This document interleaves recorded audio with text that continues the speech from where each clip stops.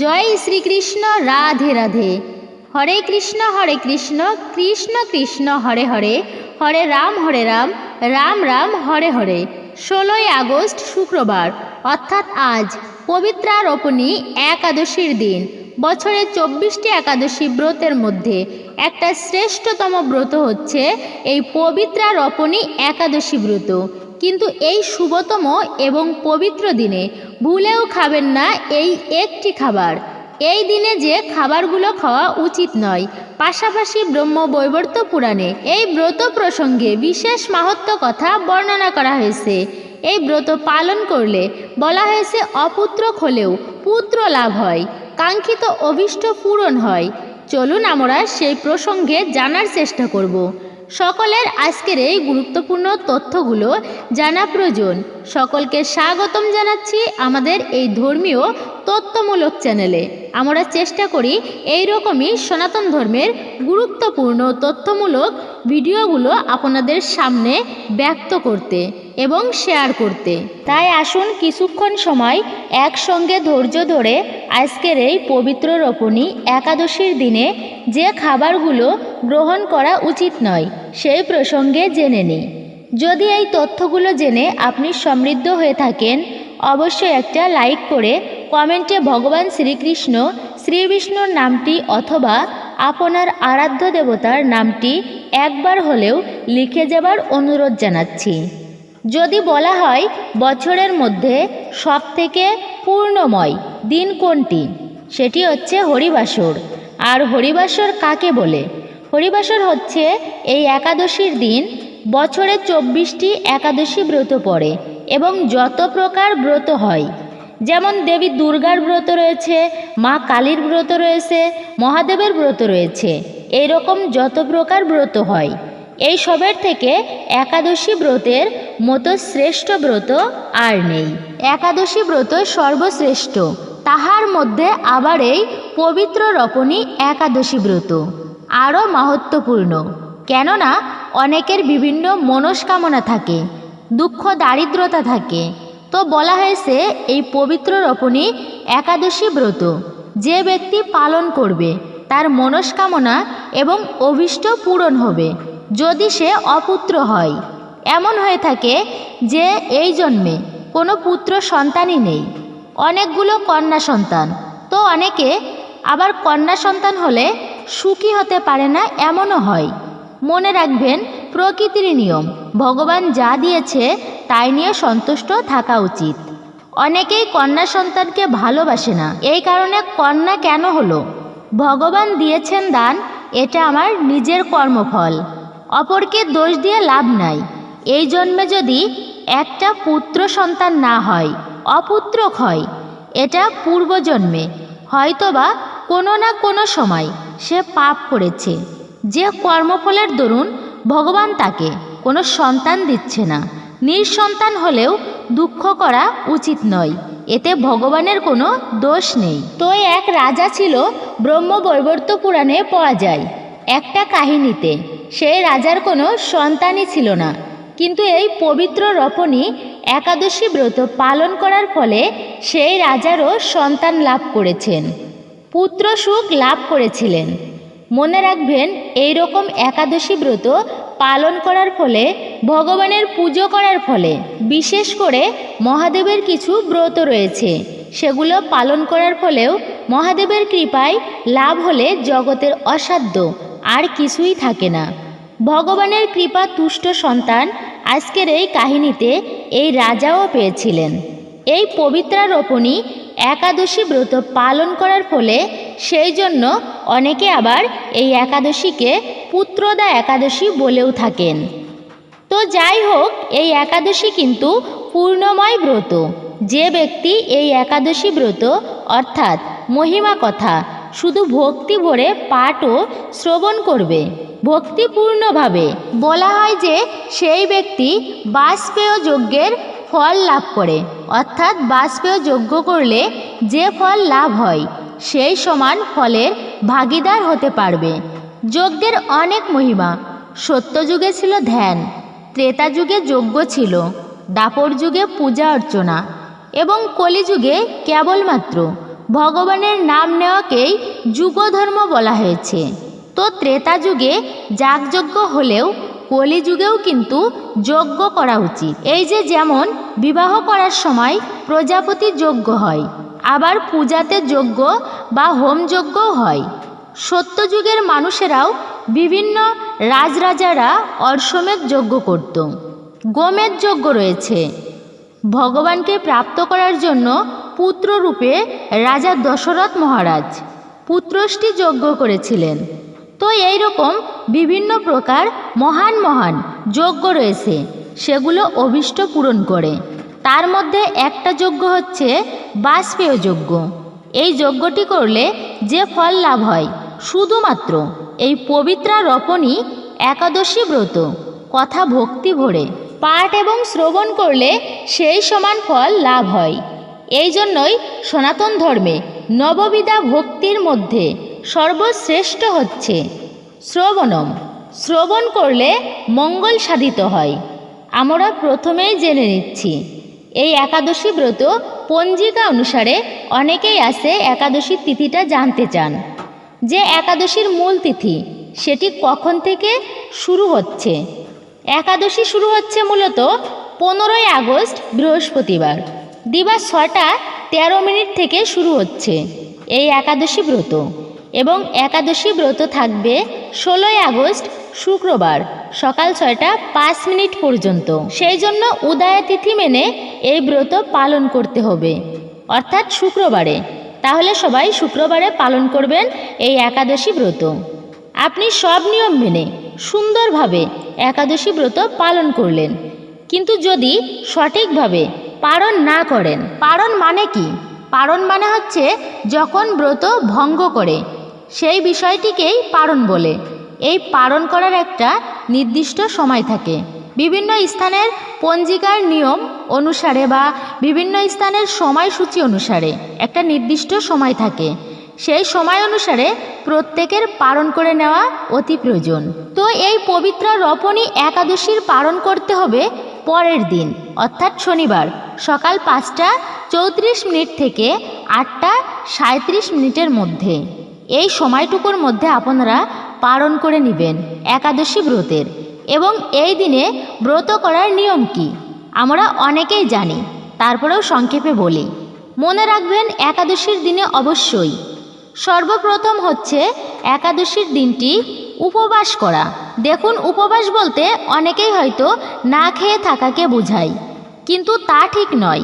উপবাস মানে হচ্ছে উপরে, আর বাস মানে বসবাস করা, অর্থাৎ ভগবান শ্রীকৃষ্ণের অতি নিকটে বসবাস করাকে বলা হয় উপবাস, অর্থাৎ ঊর্ধ্বে বসবাস করা। কার ঊর্ধ্বে? ভগবান শ্রীবিষ্ণু বা ভগবান শ্রীকৃষ্ণের। ওই নির্ধারিত দিন না খেয়ে সারাদিনটি ভগবানের সেবায় নিযুক্ত থাকা। এই দিনটি হচ্ছে ভগবানের অতি কাছাকাছি বা অতি নিকটে বাস করা। তো ওই দিন আপনি খুব ভোরে ভোরে ঘুম থেকে উঠবেন। একটা দিনে 34টি মুহূর্ত হয় এবং এই মুহূর্ত 48 মিনিট হয়ে থাকে। ব্রহ্ম মুহূর্ত সময় প্রত্যেকের যে কোনো শুভ দিনে ঘুম থেকে ওঠা উচিত। ব্রহ্ম মুহূর্ত সময় হচ্ছে সূর্য উদিত হবার 1 ঘন্টা 36 মিনিট পূর্বে। এই সময়টুকুর মধ্যে ঘুম থেকে উঠে, অর্থাৎ শয্যা ত্যাগ করে ভগবানের উপাসনা করা উচিত, এবং তখন মনটা যতটা স্থির থাকে অন্য সময় কিন্তু থাকে না। দিনের মধ্যে সর্বশ্রেষ্ঠ সময় হচ্ছে এই ব্রহ্ম মুহূর্ত সময়। সেই সময় বই পড়া বলুন, ভগবানের সাধনা বলুন, ভগবানের আরাধনা বলুন, অর্থাৎ যে কোনো কাজেই সব থেকে বেশি মনোযোগ স্থির হয়। আর মনোযোগটা হচ্ছে আসল সাধনা করার জন্য। তো যাই হোক, এই ব্রহ্ম মুহূর্তে সম্ভব হলে ঘুম থেকে উঠবেন একাদশীর দিনে, অথবা আপনি খুব ভোরে ভোরে ঘুম থেকে উঠবেন। উঠে স্নান করে স্বল্প সময়ের মধ্যে হলেও ঠাকুরের পূজা করবেন। হয়তোবা আপনি অনেক ব্যস্ত, স্কুলে যেতে হবে, অফিসে যেতে হবে বা অন্য কোনো কাজে, যাই হোক না কেন, সংক্ষেপে হলেও একাদশীর দিন সকালবেলা কাজে লাগাবেন ভগবানের পূজা দিয়ে। কিছু পুষ্প বা ফুল দিয়ে ভগবানের চরণে অর্পণ করুন। তারপর আপনি যে কোনো কাজে, অর্থাৎ আপনার কাজে আপনি বেরিয়ে যান। তারপর কাজ থেকে ফেরার পরে অর্থাৎ সন্ধ্যায় আপনি কাজ থেকে ফিরে বিশ্রাম করুন একটু। তারপর শুদ্ধ হয়ে ভগবানের যে মন্দির রয়েছে চেষ্টা করবেন সেখানে একবার অন্তত যাবার। আর যদি তা না পারেন তবে বাড়িতে হলেও আপনি ভগবানের নাম জপ করুন, ভগবানের পূজা অর্চনা করুন, অথবা ভক্তিমূলক গান, কীর্তন, গীতাপাঠ শ্রবণ করুন। এর মাধ্যমেও কৃপা লাভ হয়। একাদশীর দিনটি পারলে চেষ্টা করুন সারা দিনটি ভক্ত সঙ্গে কাটানোর। পরের দিন অর্থাৎ একাদশী ব্রতের পরের দিন পারণের যে সময়টা বললাম সেই সময়ের মধ্যে পালন করে নিন। একাদশীর আগের দিন কিভাবে পালন করতে হয়? একাদশীর আগের দিনে সংযম পালন করতে হয়, নিরামিষ খাবার গ্রহণ করতে হয়, আজে বাজে সঙ্গ করা উচিত নয়। একাদশীর আগের দিনে আমিষ জাতীয় খাবার খাওয়া যাবে না। মিথ্যা কথা বলা, কটু ভাষায় কথা বলা, দ্রুতক্রিয়া এগুলোকে পরিত্যাগ করার কথা বলা হয়েছে। এবং চেষ্টা করবেন একাদশীর আগের দিনে অর্থাৎ দশমীর দিনে রাত্র 11টার আগে খাবার খেয়ে দাঁত বিরাস করে নিতে। কেননা অনেকের একাদশীর দিনে দন্ত ধাবন করলে সেই ক্ষেত্রে দাঁতের থেকে রক্তক্ষরণ হয়। আর মনে রাখবেন একাদশীর দিনে কোনো অবস্থাতে রক্তক্ষরণ হওয়া উচিত নয়। মনে রাখবেন এতে ব্রতের দোষ লাগে, ব্রতের ফল অনেকাংশ ক্ষীণ হয়ে যায়। একাদশীর দিনে রক্ত বের হওয়াকে অশুভ বলা হয়েছে। আর একটা বিষয় বলা হয়েছে যে অপরের উপকার করুন। আপনি উপবাস করে যে কোনো ভালো কাজ করার চেষ্টা করুন, অপরের কোনো কাজে আসে বা উপকারে যদি আসতে পারেন চেষ্টা করবেন অপরকে সাহায্য সহযোগিতা করার। বছরে 24টা একাদশী, আর এই 24টা একাদশীর দিন যদি আপনি একটা করেও ভালো কাজ করেন মনে রাখবেন বছরে 24টা ভালো কর্ম করতে পারবেন। আপনার যদি অর্থ থাকে তো আপনি একাদশীর দিনে সাধ্যমতো দান করুন দরিদ্র মানুষকে, এটাও একটা ভালো কর্ম। হয়তো সাহায্য করলেন না, আপনি ভালো ফলের একটা বা শুভ যে কোনো বৃক্ষ রোপণ করুন, প্রতিদিন পরিচর্যা করুন। এমন সব ছোট কাজের মাধ্যমে মনের মধ্যে একটা প্রশান্তি লাভ করতে পারবেন। পাপ কাজ বা একটা খারাপ কাজ করলে মনের মধ্যে দেখবেন কোনো শান্তি পায় না। ধর্ম করার মধ্যেও একটা অন্যরকম শান্তি রয়েছে, এটাই হচ্ছে প্রকৃত জীবনের আনন্দ। সেই জন্য বলবো আপনি একাদশীর দিনে যে কোনো প্রকারের একটা ভালো কাজ হতে পারে সেটি করার চেষ্টা করুন। বৈষ্ণব সেবা দিতে পারেন, গীতা পাঠ দিতে পারেন বাড়িতে, এটা খুবই শুভতম কাজ। সম্ভব হলে করবেন, এতে ভগবান অনেক প্রসন্ন হন। আপনি আরও ভালোভাবে এই একাদশীর পূর্ণ ফল লাভ করতে পারবেন।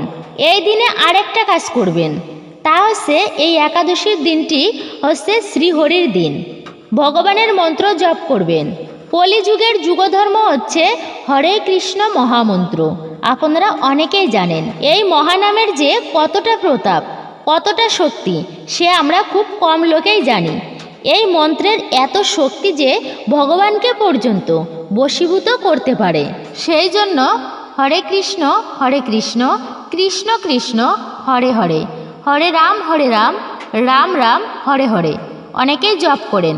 যারা না করেন এই মন্ত্রটি 108 বার এই একাদশীর দিনে এক জায়গায় স্থির হয়ে বসে জপ করুন। দেখবেন মনের মধ্যে এমন একটা প্রশান্তি আসে।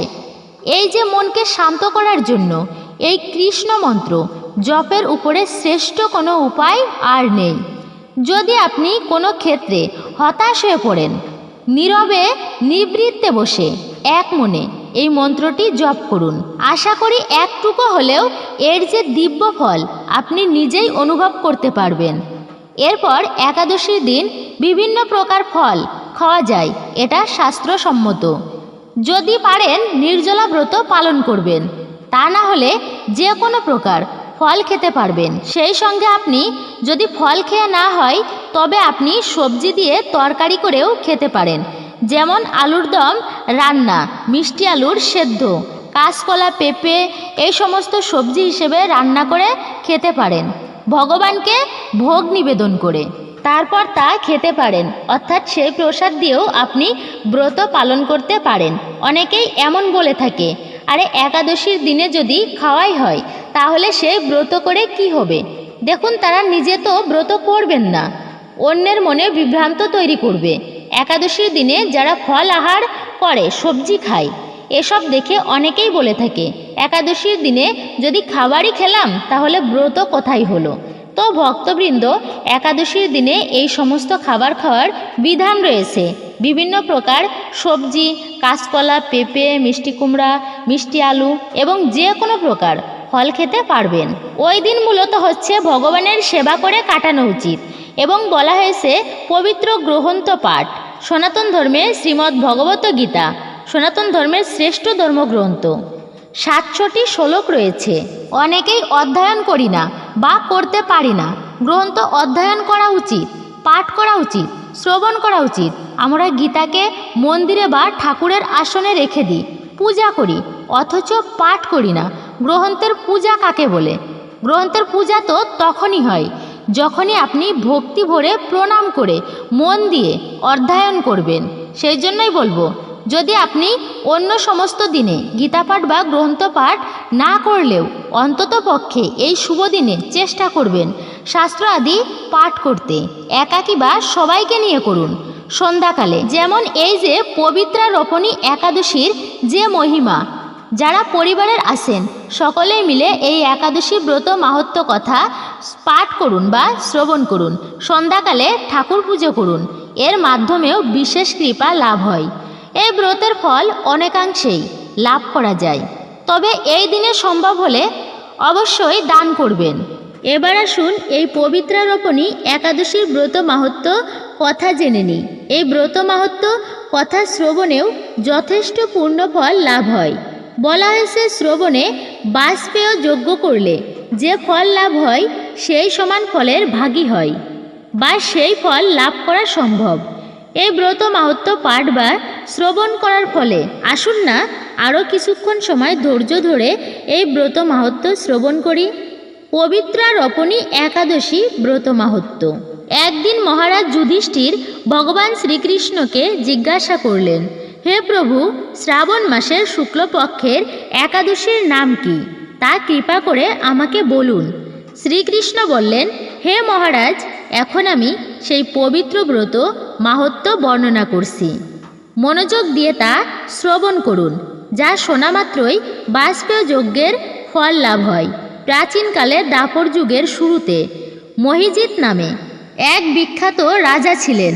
তিনি মাহিষ্মতি নগরে রাজত্ব করতেন, কিন্তু দুঃখের বিষয় এই যে তার মনে বিন্দুমাত্র সুখ শান্তি ছিল না, কেননা তিনি ছিলেন অপুত্রক। পুত্রহীনের ইহলোক পরলোক কোথাও সুখ হয় না। এইরূপ চিন্তা করতে করতে বহুদিন কেটে গেল, কিন্তু তবুও পুত্রমুখ দর্শনে রাজা বঞ্চিত রইলেন। নিজেকে অত্যন্ত দুর্ভাগা মনে করে রাজা চিন্তাগ্রস্ত হলেন। প্রজাদের সামনে গিয়ে বলতে লাগলেন, হে প্রজাবৃন্দ, তোমরা শোনো, আমি এই জন্মে তো কোনো পাপ কাজ করিনি, অন্যায়ভাবে আমরা রাজকোষ বৃদ্ধি করিনি, ব্রাহ্মণ বা দেবতাদের সম্পদ কখনো গ্রহণ করিনি, উপরন্তু প্রজাদের পুত্রের মতো পালন করেছি, দুষ্টদের যথানুরূপ দণ্ড দিয়েছি, সজ্জন ব্যক্তিদের যথাযোগ্য সম্মান করতেও কখনো অবহেলা করিনি। তাই হে ব্রাহ্মণগণ, এই প্রকার ধর্মপথ অবলম্বন করা সত্ত্বেও কেন আমার পুত্র লাভ হলো না, তা আপনারা কৃপা করে অনুসন্ধান করুন। রাজার এই প্রকার উক্তি শ্রবণে ব্যথিত রাজভক্ত পুরোহিত ব্রাহ্মণগণ রাজার মঙ্গলের জন্য গভীর বনে ত্রিকালজ্ঞর মুনি ঋষির কাছে যেতে মনস্থ করলেন। বনের মধ্যে ঋষিদের আশ্রম সকল দেখতে দেখতে তারা এক মুনির সন্ধান পেলেন। তিনি দীর্ঘায়ু, নিরোগ, নিরাহারে ঘোর তপস্যায় মগ্ন ছিলেন। সর্বশাস্ত্র বিশারদ, ধর্মজ্ঞ ও ত্রিকালজ্ঞ সেই মহামুনির লোমশ নামে পরিচিত। ব্রহ্মার এক কল্প অতিবাহিত হলে মুনিবরের গায়ের একটি লোম পরিত্যক্ত হতো। এই কারণে এই মহামুনির নাম লোমশ। তাকে দেখে সকলেই ধন্য হলেন। তারা পরস্পর বলতে লাগলেন যে আমাদের বহু জন্মের সৌভাগ্যের ফলে আজ আমরা এই মুনিবরের সাক্ষাৎ লাভ করলাম। তারপর ঋষিবর তাদের সম্বোধন করে বললেন, কি কারণে আপনারা এখানে এসেছেন, এবং কেনই বা আমার এত প্রশংসা করছেন? তাই স্পষ্ট করে বলুন, আপনাদের যাতে মঙ্গল হয়, আমি নিশ্চয়ই তার চেষ্টা করব। ব্রাহ্মণেরা বললেন, হে ঋষিবর, আমরা যে উদ্দেশ্যে এখানে এসেছি আপনি তা কৃপা করে শুনুন। এই পৃথিবীতে আপনার মতো শ্রেষ্ঠ ব্যক্তি আর কোথাও নেই। মহিজিৎ নামে এক রাজা নিঃসন্তান হয়, অতি দুঃখে দিন যাপন করছে। আমরা তার প্রজা, তিনি আমাদেরকে পুত্রের মতো পালন করেন, কিন্তু তিনি পুত্রহীন বলে আমরাও সবাই মর্মাহত। তার দুঃখ দূর করতে আমরা এই বনে প্রবেশ করেছি। হে ব্রাহ্মণ শ্রেষ্ঠ, রাজা যাতে পুত্রের মুখ দর্শন করতে পারেন, কৃপা করে তার কোনো উপায় আমাদের বলুন। তাদের কথা শুনে মুনিবর ধ্যানমগ্ন হলেন। কিছু সময় পরে রাজার পূর্ব জন্মাবৃত্তান্ত বলতে লাগলেন। এই রাজা পূর্বজন্মে এক দরিদ্র বৈশ্য ছিলেন। একবার তিনি একটি অন্যায় কার্য করে ফেলেন। ব্যবসা করার জন্য তিনি এক গ্রাম থেকে অন্য গ্রামে যাতায়াত করতেন। এক সময় জ্যৈষ্ঠ মাসে শুক্লপক্ষের দশমীর দিনে কোথাও যাওয়ার পথে তিনি অত্যন্ত তৃষ্ণার্ত হয়ে পড়েন। গ্রাম প্রান্তের একটি জলাশয় তিনি দেখতে পান, সেখানে জলপানের জন্য যান। একটি গাভীও তার বাছুর সেখানে জলপান করছিল। তাদেরকে তাড়িয়ে দিয়ে তিনি নিজেই জলপান করতে লাগলেন। এই পাপকর্মের ফলে তিনি পুত্র সুখ বঞ্চিত হয়েছে, কিন্তু পূর্বজন্মের কোনো পুণ্যের ফলে তিনি এই রকম নিষ্কণ্ঠক রাজ লাভ করেছেন। হে মুনিবর, শাস্ত্রে আছে যে পুণ্য দ্বারা পাপ ক্ষয় হয়। তাই আপনি এমন একটি পুণ্যব্রতের উপদেশ করুন যাতে তার পূর্ব পাপ দূর হয় এবং আপনার অনুগ্রহে তিনি পুত্র সন্তান লাভ করতে পারেন। লোমশ মুনি বললেন, শ্রাবণ মাসের শুক্লপক্ষের পবিত্র রোপণী একাদশী ব্রত অভীষ্ট ফল প্রদান করে।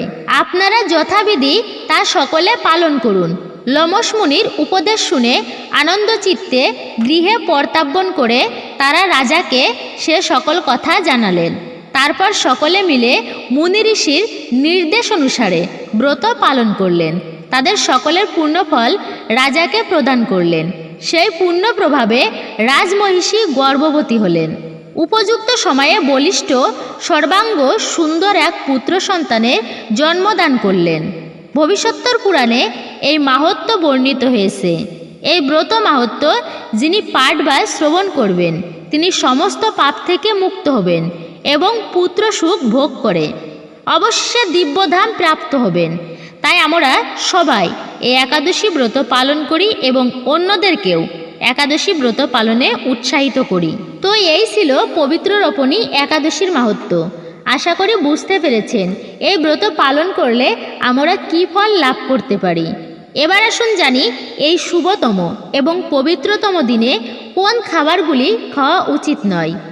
এই দিনে আপনি কাউকে অপমান করবেন না, যে কার্যগুলো করা উচিত নয়। প্রথমত হচ্ছে কাউকে অপমান করা উচিত নয়, বিশেষ করে মন্দিরে বসে। যতই ভগবানের পুজো করুন, মনে রাখবেন 32 প্রকার ধাম অপরাধ রয়েছে, যার মধ্যে একটা অপরাধ হচ্ছে শুভ দিনে বা মন্দিরে বসে কাউকে অপমান করা। আপনি হয়তোবা কারোর কাছে টাকা পয়সা পান, মন্দিরে বসে এটা চাইছেন, সে দিতে পারছে না, তখন আপনি বললেন, দাঁড়া না, তোকে মজা দেখাবো, কিভাবে আদায় করতে হয় তা ভালো মতো করেই টের পাবি, ইত্যাদি। এগুলো মন্দিরে বসে করা যাবে না, এটাও একটা অপরাধ। এই অপরাধ যদি হয়, যতই ব্যক্তি ভগবানের পুজো করুন না কেন, সেই পুজো আরাধনা বিফলে যায়, সেই পুজো করার পুণ্যফল নষ্ট হয়ে যায়। তাই যে কোনো শুভ দিনে কাউকে অপমান করবেন না। দ্বিতীয়ত হচ্ছে যে অপশব্দ অর্থাৎ খারাপ ভাষা, ঝগড়া, গালাগালি এগুলো করা উচিত নয়। এমনিতেই ভক্তরা ঝগড়া আদি করে না, কিন্তু কথা হচ্ছে এই দিনে কি খাবার খাবেন না। আপনি ব্রত করুন কিংবা না করুন, মনে রাখবেন পঞ্চ রবিশস্য ভুলেও গ্রহণ করবেন না, এতে সকল পাপের ভাগী হতে হয়। দ্বিতীয়ত মাছ, মাংস, ডাল, ডিম এইসব রাজসিক খাবার।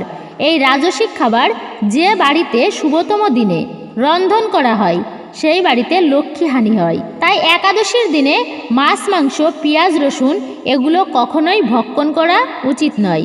অনেকে আবার কি করে, একাদশী ব্রত করে, ব্রত করার পরে খেজুর খেয়ে থাকে। এই যে প্যাকেটজাত খেজুর, আপনারা মনে রাখবেন এই প্যাকেটজাত খেজুর এতে কিন্তু সরিষার তেল মিশ্রিত করা থাকে, আর সরিষা এটা কিন্তু পঞ্চ রবি শস্যের মধ্যে একটা। আপনি একাদশী ব্রত পালন করে যদি এই প্যাকেট জাতীয় এই ধরনের খেজুর খেয়ে থাকেন, তবে অজান্তেই পঞ্চ রবি শস্যের একটা কিন্তু আপনি খেয়ে ফেললেন, আর এর ফলে ব্রত ভঙ্গ হয়। সেই জন্য একাদশীর দিনে এই খেজুর ভগবানকে ভোগ দেওয়া যায় না। তবে যদি পাকা খেজুর হয়, যা গাছ থেকে আপনি পেরেছেন, সেটি ভোগ দিতে পারেন। তৃতীয় হচ্ছে খিচুড়ি।